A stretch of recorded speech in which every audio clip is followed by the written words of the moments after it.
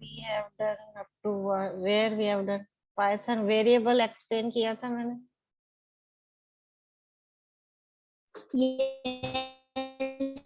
Ma'am variable की value change होती रहती है. और ये मल्टीपल असाइनमेंट बताया था क्या एक साथ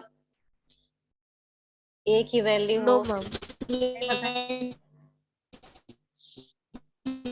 मैम के यस मैम बताती. कि एक ही दो तीन वेरिएबल की एक ही वैल्यू है तो कैसे करते हैं, बताया था. और अलग अलग वैल्यू हो तो यस मैम बताया था. हाँ, यस मैम बताया था. ये भी बताया था और ये भी बताया. Okay, so we have to start from here. Rules for naming a variable. मेरी आवाज क्लियर आ रही है? यस यस मैम आपकी क्लियर आ रही है. ठीक है. मैम आपकी तो क्लियर आ सुरभि रही की है, ब्रेक हो रही है. क्योंकि मैम क्रैश हो रही है. हाँ, इसलिए मुझे लगा कि मेरे भी यहाँ वाईफाई की प्रॉब्लम चल रही है. ओके, तो मैम वो जो प्रैक्टिस टाइम वाला है मैम वो किस पेज नंबर पे है? वो इसी पर है, ये पेज नंबर 10 मैम मिल गया 107. 107.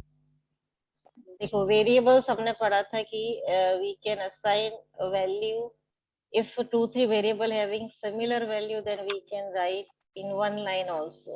और different वैल्यू को भी कॉमा लगा के इस तरह से असाइन किया जा सकता है. अब वेरिएबल का नेम कैसा लेना, जैसे मैंने A B C D variable लिया, you can take instead of abc you can take xyz. what is the name of the variable, it is your choice. लेकिन कुछ बातों का हमें ध्यान रखना है.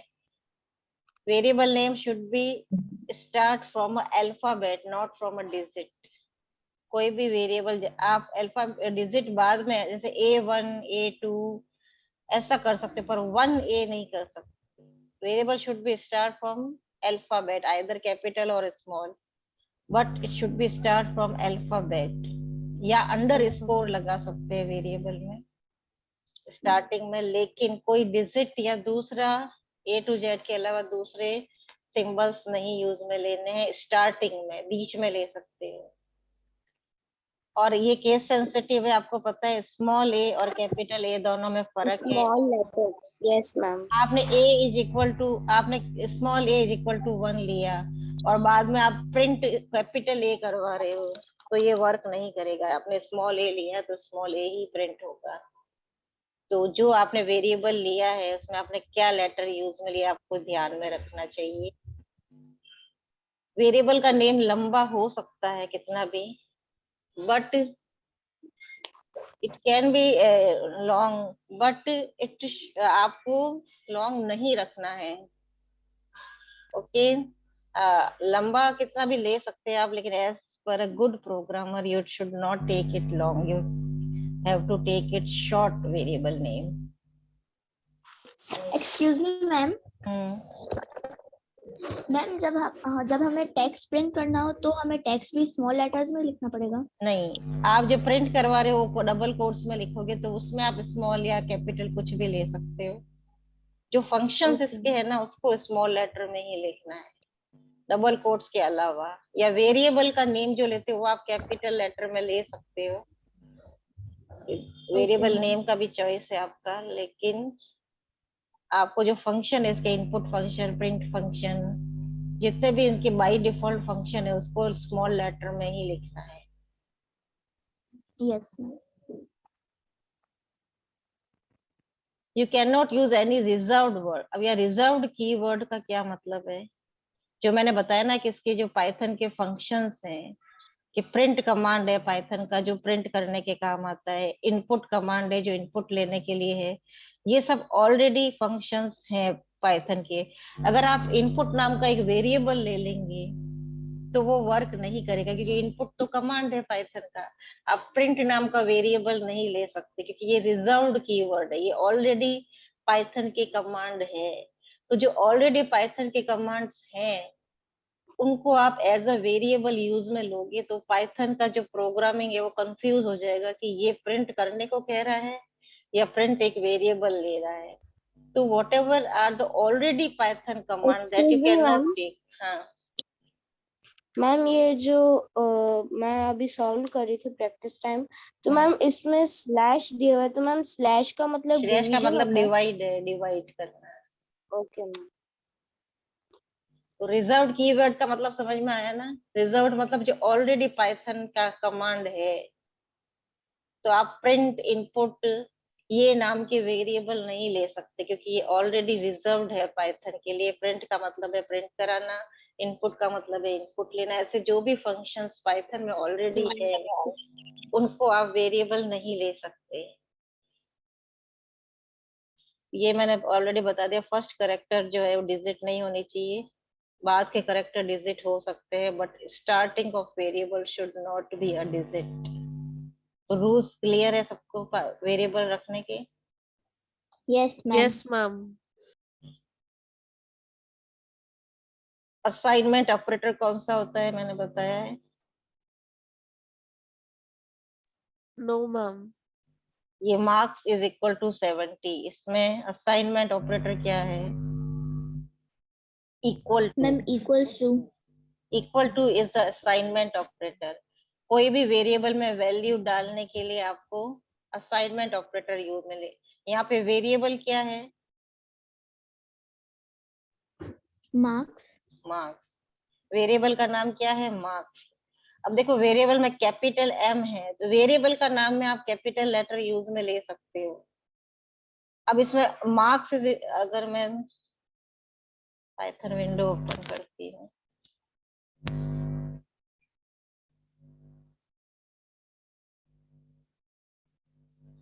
अब वेरिएबल को डिफाइन करने के लिए कोई अलग से लाइन नहीं है, आप सिर्फ सीधा वेरिएबल का नेम ले, वैल्यू असाइन करे तो मार्क्स नाम का एक वेरिएबल बन गया।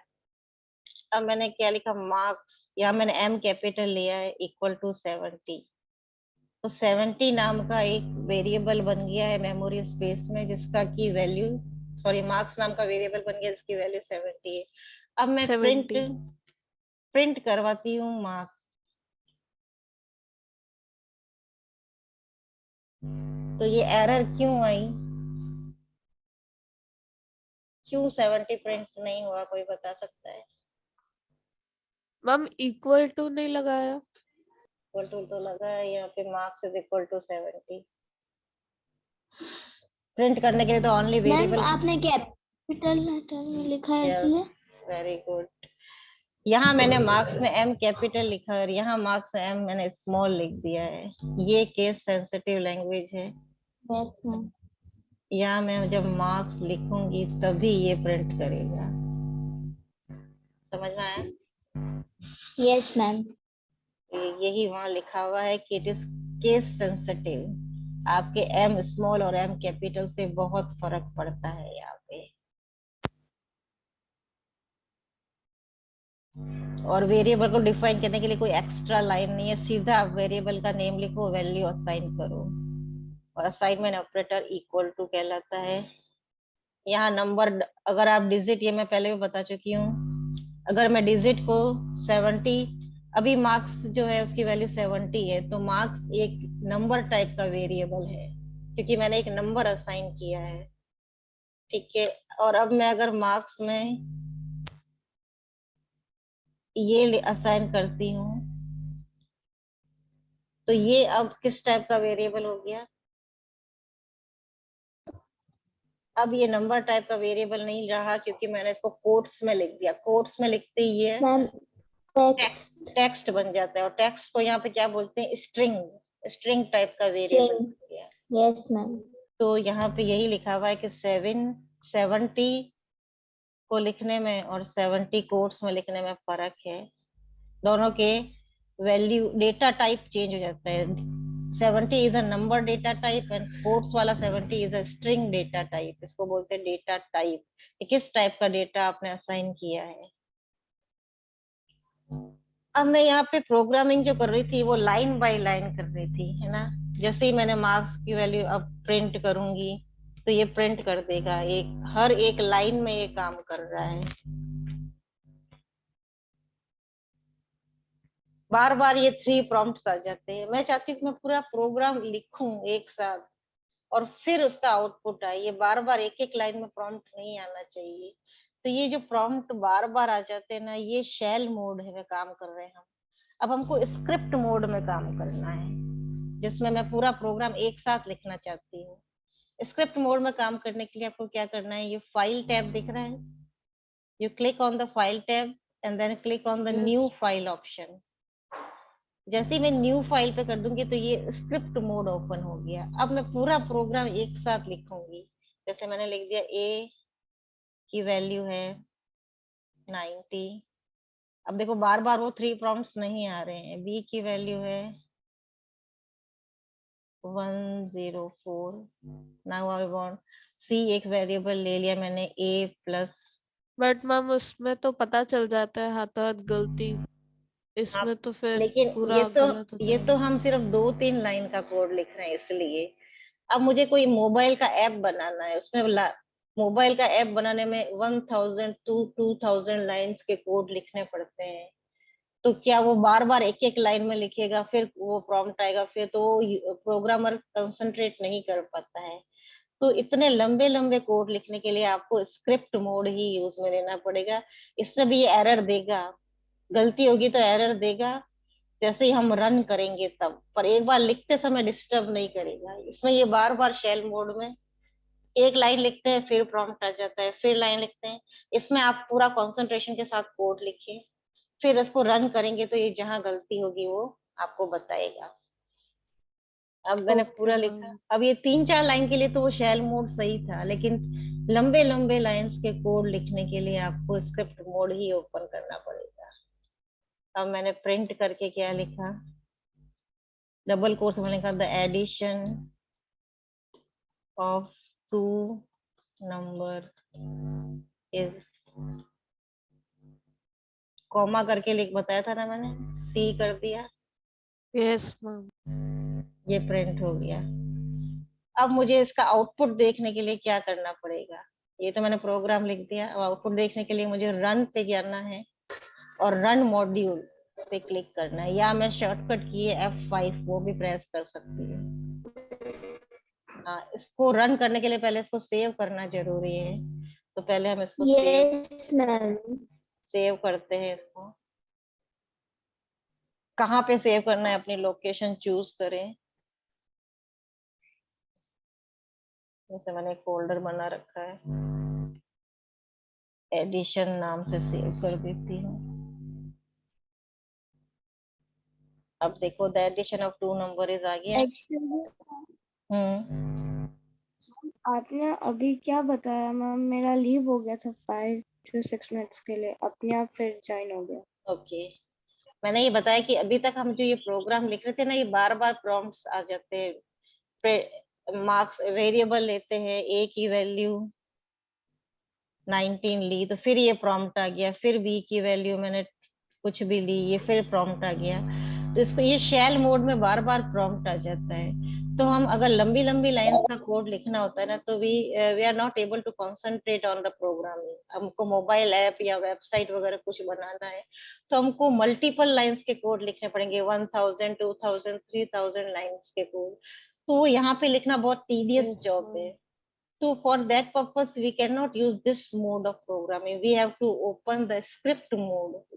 स्क्रिप्ट मोड ओपन करने के लिए हमको फाइल टैब में जाकर न्यू फाइल पे क्लिक करना है, तो ये स्क्रिप्ट मोड ओपन हो जाएगा। यहाँ पे हमें पूरा प्रोग्राम लिखना है। जैसे कि आपने मैथ में कोई एरिया निकालने का पढ़ा है,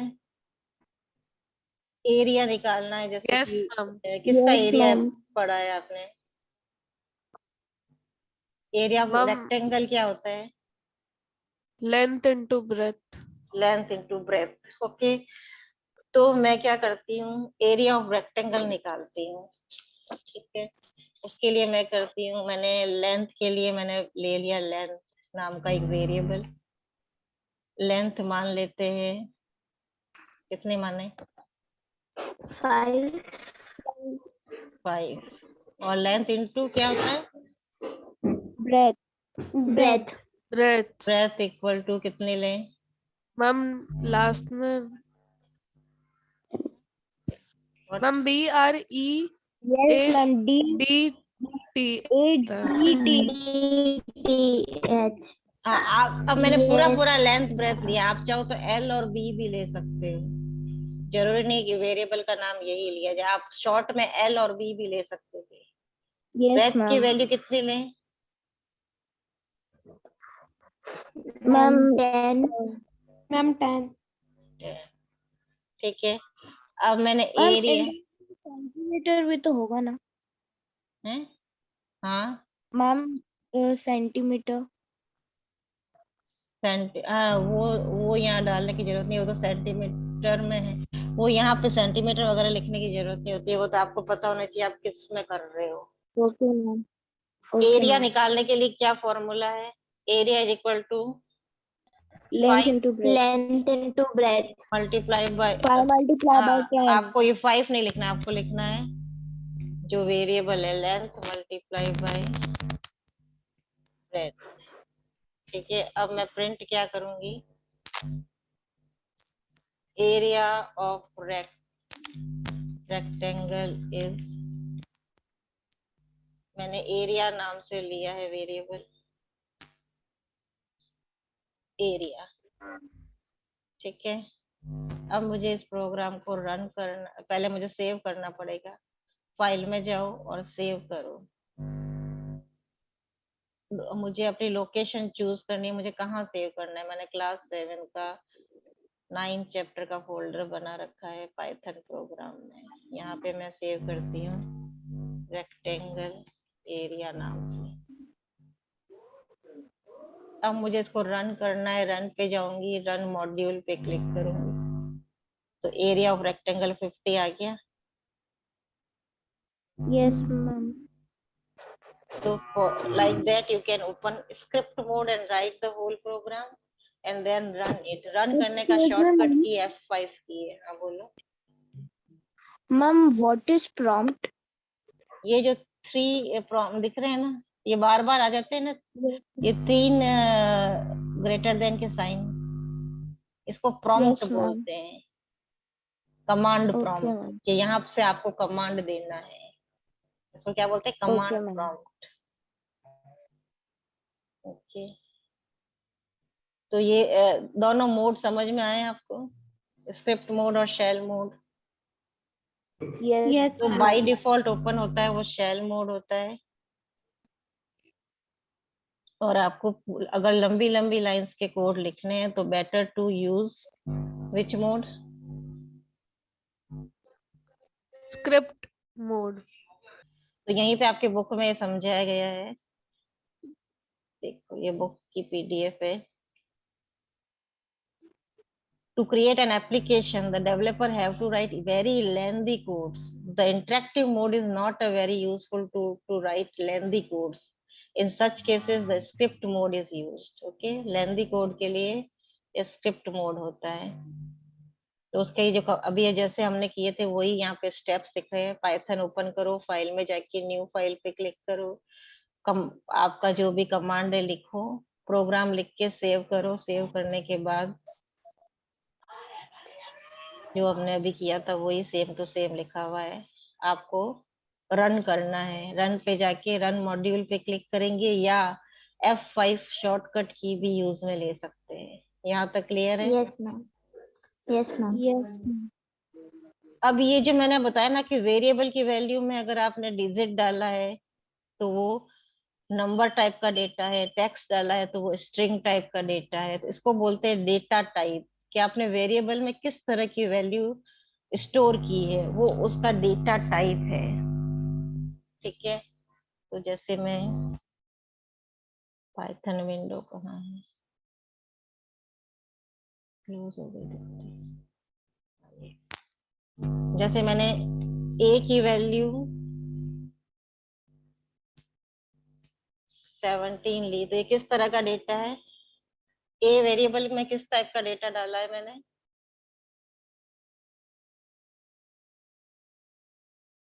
इन a variable which kind of data is there? 17 किस तरह का डेटा है, नंबर या string? Number ma'am number data. Data. Number. तो नंबर डेटा टाइप को जो है वो कंप्यूटर लैंग्वेज में बोला जाता है इंटीजर। क्या बोलते हैं? इंटीजर। 17 एक डिजिट है जो मैंने ए में डाली है, तो 17 किस तरह का डेटा है? Integer data type. अगर आपको पूछा जाए क्वेश्चन कि variable A is assigned value 17, then 17 is which kind of data, data type? Integer number integer data integer data type. और यही अगर मैं ए की वैल्यू 17.5 कर दूं, तो अब ए वेरिएबल किस टाइप का डेटा है? Float data type. Very good. ये भी एक नंबर टाइप ही है। 17.5 इज ऑल्सो अ नंबर, लेकिन जब नंबर को डेसिमल के साथ लिखा जाता है, पॉइंट वाले नंबर को क्या बोलते हैं? फ्लोट। पॉइंट वाले नंबर, डेसिमल वाले नंबर को कंप्यूटर लैंग्वेज में फ्लोट डेटा टाइप बोलते हैं। और जो बिना डेसिमल वाला है उसको क्या बोलते हैं? Integer data type. Integer. Integer और फ्लोट दोनों ही नंबर टाइप के डेटा है, but if we assigning a number without any decimal, then it is called integer data type, and if we assign a Integer number with decimal points, then it is called float data type. Ma'am तो दोनों में number data type कब होगा? Number, तो ये दोनों ही number data type है। नंबर डेटा टाइप में number data type also divided into two parts, integer and float. तो ये दोनों ही नंबर डेटा टाइप है, लेकिन आपको अगर 70 पॉइंट में नंबर लिखे हुए तो आप क्या बताओगे? ये फ्लोट टाइप का डेटा है, और अगर बिना डेसिमल के है तो वो इंटीजर टाइप का डेटा ही इंटीजर कहलाएगा। Data type. ठीक है, तो ये नंबर, आपको नंबर डेटा टाइप नहीं लिखना है, आपको ये बताना है कि ये इंटीजर है या फ्लोट है। और यही अगर ए के अंदर वैल्यू मैंने ये लिख दी, तो अब ये कौन सा डेटा टाइप है? String data type. अब ये String data string type. Data type. जब कोट्स में वैल्यू होती है तो वो कौन सा होता है? String data type. तो स्ट्रिंग, इंटीजर एंड फ्लोट तीनों समझ में आया? Yes ma'am. Yes ma'am. तो यही यहाँ पे एक्सप्लेन किया गया है आपकी बुक के अंदर। इंटीजर क्या होता है? कंटेन पॉजिटिव और negative whole number with no decimal point. यहाँ ए की वैल्यू 5, एज की वैल्यू 17, ये सब इंटीजर है। और विद डेसिमल आप ये 12.0, 4.5, ये फ्लोट डेटा टाइप है। Float data type. और जो भी डबल कोट्स में या सिंगल कोट्स में लिखा होता है, ये क्या होता है? String data type. String data type. एक और डेटा टाइप होता है बुलियन, जिसमें आप कंपैरिजन करते हैं। ये लेस देन ग्रेटर देन का यूज करके जब भी हम कंपैरिजन करते हैं दो चीजों में, जब ये ऑपरेटर यूज में लेते हैं तो उसको बोलते हैं Boolean data type. Boolean data type. ठीक है, whenever we are using this option for the comparison of two digit, उसको बोलते हैं Boolean data type. Boolean data type. जैसे okay ma'am. 7 is greater than 5। Boolean data type हमेशा true और false में result देता है। मैंने लिखा 7 is greater than 5, तो इसमें लिख दिया ट्रू। ये बात सही है कि साथ? सॉरी मैम, बाय मिस्टेक हो गया थोड़ा सा। हाँ, कोई बात नहीं। अगर मैं लिखूंगी 5 is greater than 7, तो क्या आंसर आना चाहिए? False. False. False. तो Boolean data type always give result as true और false. Clear? Ma'am yes ma'am. Ma'am जो स्ट्रिंग डाटा टाइप है उसमें जो हम जब भी डबल कोट्स में कुछ भी लिखते हैं तो मैम ऐसा जरूरी है कि वो कोई नेम ही हो? मैम कोई डिजिट नहीं लिख सकते? डिजिट पे लिख सकते हैं। अगर आपको उस डिजिट पे कोई भी टाइप की कैलकुलेशन नहीं करनी है तो आप कोट्स में लिखो। हम डबल बिना कोट्स के डिजिट इस हमको इंटीजर और फ्लोट कब चाहिए? जब हमको उस पर कैलकुलेशन करेंगे, क्योंकि जो कोट्स में लिखी हुई 17 है उस पर कोई कैलकुलेशन नहीं हो पाएगी, क्योंकि वो तो स्ट्रिंग है। अगर मैं यहाँ लिखूं यस मैम। ए की वैल्यू मैंने लिख दिया कोट्स में 12, और बी की वैल्यू मैंने लिख दिया कोट्स के अंदर 20। अब मैं एक सम नाम का वेरिएबल लेती हूँ जिसमें मैंने लिख दिया a प्लस बी। अब मैं प्रिंट करवाती हूँ सम, तो क्या आंसर आएगा? मैम 12 + 20 हो जाएगा। कोई बताओगी? और कोई बताएगा? 12 a प्लस बी का आंसर क्या आना चाहिए? मैम 32। 32 मैम 32। 32। Yes ma'am. इसका आंसर आएगा, क्योंकि ये कोट्स में है तो ये डिजिट नहीं है, इस पे हम कैलकुलेशन मैथमेटिक वाली नहीं कर सकते। ये एक वो बन गया है यस मैम, ये इंटीजर, एज इट इज आएगा। ये इंटीजर बन गया है। इंटीजर वाले को हम जब प्लस करते हैं ना तो वो उनको ज्वाइन कर देता है, ऐड की बजाय क्या करता है, ज्वाइन कर देता है। 12 और 20 को ज्वाइन करके दिखा दिया। ठीक है, यही मैं अगर और मैं मैम अगर हम हम कोट्स इसको नहीं डिवाइड कर लगाएंगे दे तो नहीं, सिर्फ ज्वाइन के काम करेगा। अगर मैं यहाँ लिख दूं सम, अगर मैं लिख दूं product, product is equal to A multiply by B, तो इसने एरर देगी। दो टेक्स्ट को, दो इंटीजर ओके वैल्यू को मैम। हम ज्वाइन कर सकते हैं, हम उस पर मल्टीप्लाई डिवीजन कुछ नहीं कर सकते। ठीक है, मैम माइनस भी नहीं। माइनस भी नहीं। अगर मैं लिख दूं जो भी C is ma'am only equal, addition. Only addition. Addition भी क्या कि दो डिजिट, दो स्ट्रिंग को वो ज्वाइन करता है। जैसे a इज इक्वल टू, मैं लिख दिया information, b is equal to लिख दिया मैंने technology, c is information equal to technology. Information a technology कर प्लस लेंगे। b, print c, ma'am information technology. Information technology. अब ये b की, b और मैं अगर मैं गैप दूंगी तब इन दोनों में गैप आएगा। t से पहले मैं स्पेस दे देती हूँ b की वैल्यू में। अब मैं वापस c is equal to a plus B करती हूँ और प्रिंट करती हूँ। अब ये गैप आया। Yes ma'am. तो दो दो स्ट्रिंग को हम ज्वाइन कर सकते मैम हैं। मैम मैम अगर तो हमें कोई सिंबल लगाना हो जैसे कि डैश, तो वो भी आएगा। हाँ, इंफॉर्मेशन डैश टेक्नोलॉजी करना है तो यहाँ पे या तो इंफॉर्मेशन के बाद डैश लगा दो, या या फिर टेक्नोलॉजी से टेक्नोलॉजी पहले। के पहले। या टेक्नोलॉजी के पहले। तो यस यहाँ मैम। इसको मैंने b की वैल्यू को मैम ज्यादातर एप्स किससे बनते हैं, कौन सी प्रोग्रामिंग लैंग्वेज से बनते आजकल ज्यादातर पाइथन पॉपुलर है। वैसे C, C plus plus, Visual Basic सबसे बनते हैं, लेकिन nowadays the programming which is popular is Python. Advance version है ये सबका। ये पहले मैंने स्पेस दे दिया था, इससे इसमें आ गया। तो वापस से मैं इसको कॉपी पेस्ट करती हूँ।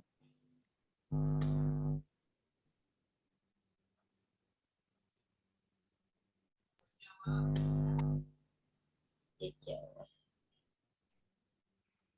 बी को लिया नहीं, सॉरी, मैंने यहाँ लगाया नहीं था। मैम जो पाइथन भी किसी प्रोग्रामिंग लैंग्वेज से बनी?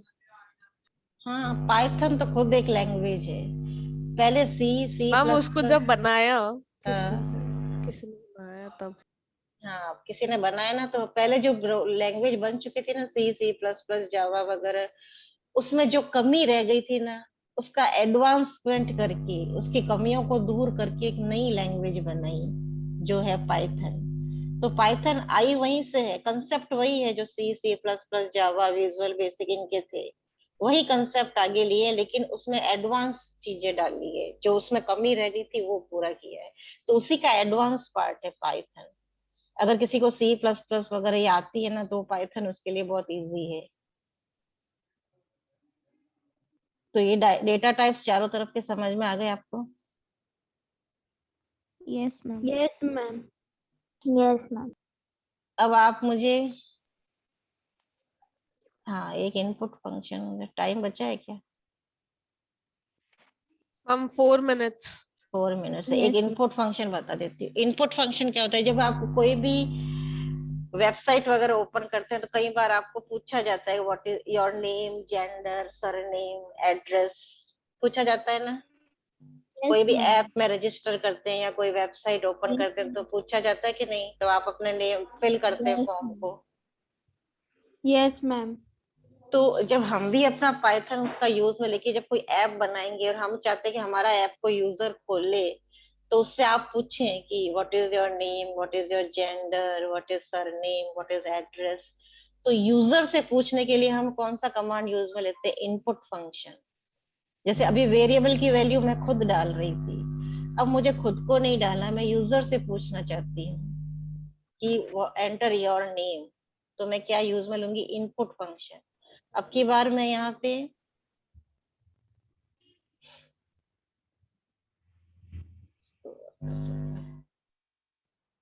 अब की बार मैं क्या करूंगी, नेम नाम का वेरिएबल लूंगी और मैं खुद वेरिएबल की वैल्यू नहीं डालूंगी। मैं नेम नाम का वेरिएबल चाहिए मुझे, उसमें मैं इनपुट करके यूजर से पूछूंगी, ब्रैकेट ओपन करके, एंटर योर नेम।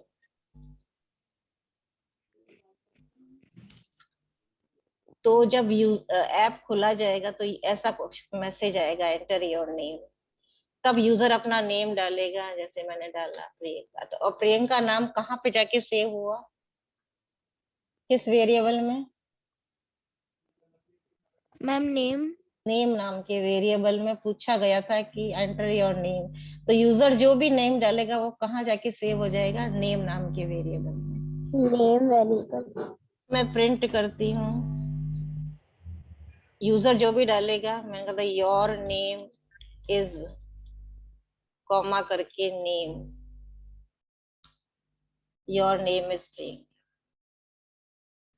मुझे क्या करना है, मुझे यूजर से पूछना है एंटर योर नेम। मुझे पता है जो भी नेम वो डालेगा वो नेम नाम के वेरिएबल में सेव हो जाएगा। तो मैंने लिख दिया योर नेम इज नेम, तो जो भी नेम डालेगा यूजर, उसका नाम यहाँ पे लिखा हुआ आ जाएगा। तो इनपुट फंक्शन जो है वो यूजर से मांगता है इनपुट। अब वेरिएबल में क्या स्टोर होगा, जो यूजर एंटर करे। बट इनपुट फंक्शन हमेशा स्ट्रिंग टाइप का डेटा ही लेता है, वो इंटीजर टाइप का डेटा नहीं लेता। अगर ये पे मैंने a इक्वल टू किया input enter, enter first digit, मैंने डिजिट मांगी है, यूजर ने 10 डाला। अब मैंने b वेरिएबल लिया, input enter second digit, user ने डाला 20। अब मैंने सम कर दिया a प्लस b और प्रिंट सम किया, तो क्या आंसर आना चाहिए,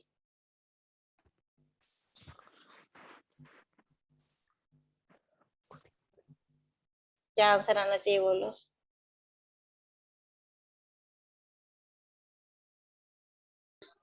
मैम ऐसे आएगा क्या, enter first digit enter second digit? Digit 10 और 20 हम है। Time less than a minute बता रहे हैं। हाँ पता है, अभी कट जाए, बोलो जल्दी, किसका आंसर क्या आएगा, a प्लस b। Ma'am, 30। 100 हो आंसर गया 30 फिर। नहीं आएगा, क्योंकि 10 और 20 इस समय एक स्ट्रिंग है, क्योंकि इनपुट